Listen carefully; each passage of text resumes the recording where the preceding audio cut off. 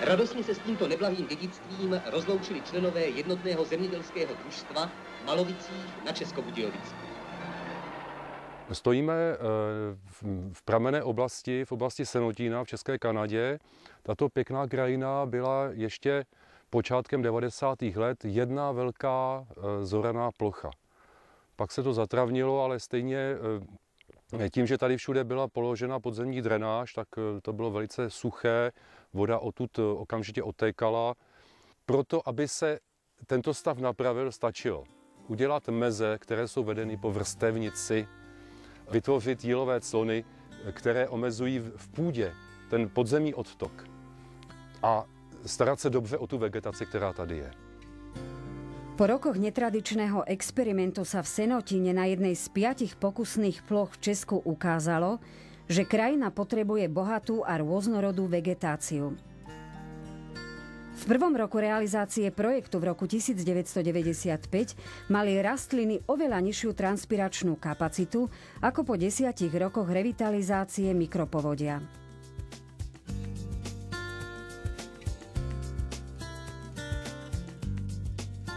Už máme změřeno a dokázáno, že když tu spadne přívalová srážka, třeba, já nevím, 60-70 mm, tak v podstatě se neděje skoro nic.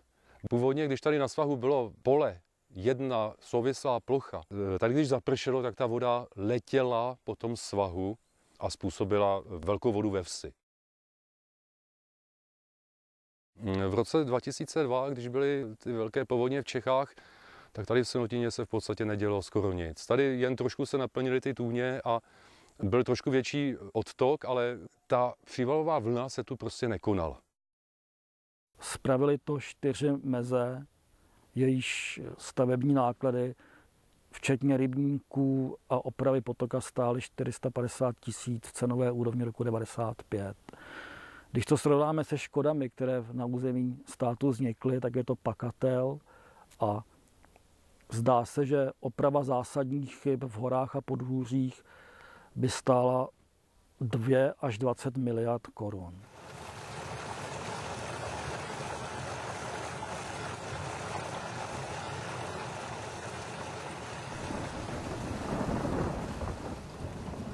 Vlastně proti velké vodě se dá bojovat vodou.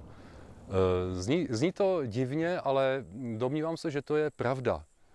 V podstatě jde o to, aby se všude v krajině podpořila funkce malého vodního cyklu.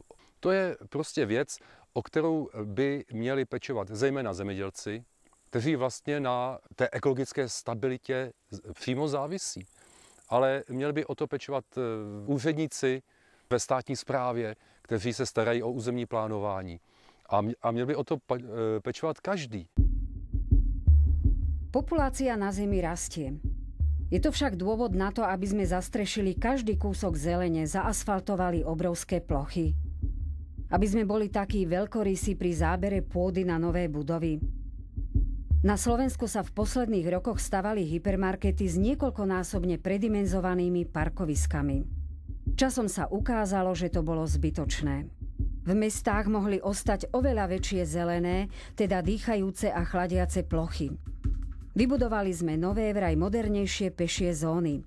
Zbavili sme ich zelene a vegetáciu uväznili v kvetináčoch.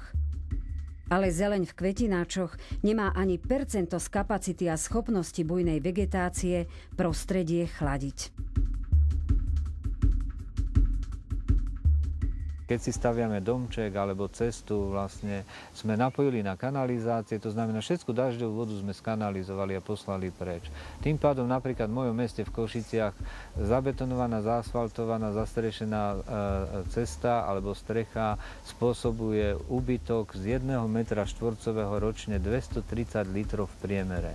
A stačí nám 50 rokov na to, aby sme zlikvidovali komplet hydrologický cyklus a to sa nám úspešne darí po druhej svetovej vojne.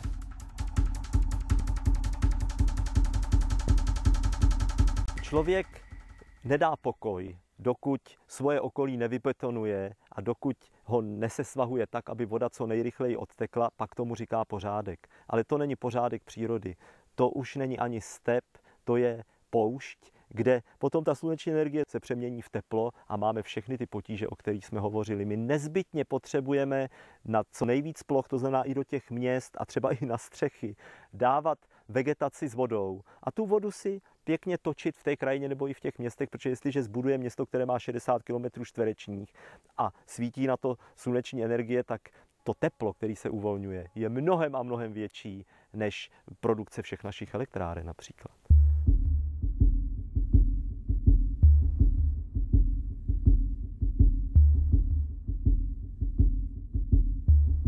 Ak je vo veľkých mestách teplota na poludnie aj o 10 stupňov vyššia ako na vidieku, horúčavy sa nezbavíme ani v noci. Zabetónované plochy na akumulované teplo uvoľňujú večer do ovzdušia. Aj preto si na panelákovom sídlisku v noci neoddychneme, lebo sme si cez deň prikúrili. Teplotná snímka z jednej z horúcich nocí nad Európou tento fakt potvrdila. Najviac sa cez horúčavy hrial juh Španielska, Portugalska aj Francúzska a v noci nič toto územie nechladilo. Celý svět hovoří o klimatické změně a nesporně jí začíná trpět. A my bychom potřebovali pro náš globus, pro naší zeměkouli výkonná klimatizační zařízení. A já takové klimatizační zařízení, jeho část držím v ruce.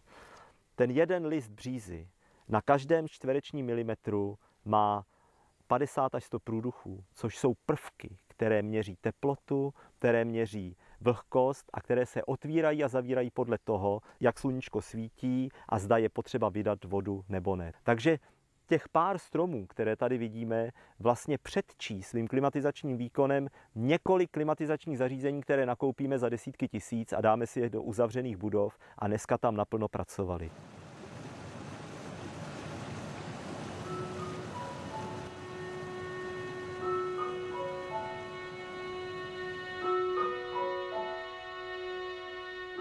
Povodne a výchrice nám vždy naženú strach, no ten opadáva s opadnutou vodou v pivnici. Zvykneme sa spoliehať na to, že krajina sa spamätá a všetko bude v poriadku.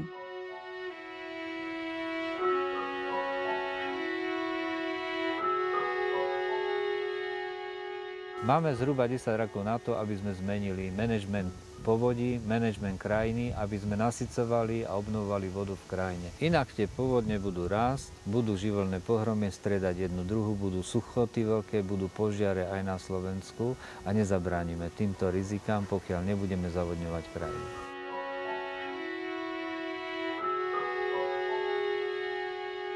Viac ako 90% ľudí, ktorí majú rozhodovacie právomoci, sa zatvára do architektonicky mimoriadne pekných, sklených, hliníkových, moderných budov s klimatizáciou. Ale táto väčšina ani nepostrehne, kedy prichádzajú ďalšie pohromy.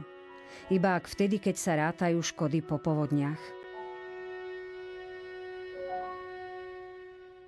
Pokud chceme zabraňovat klimatické změně, pokud ji chceme zamezovat, tak musíme vracet vodu a vegetaci zpátky, abychom vrátili klimatizační zařízení na co největší plochy.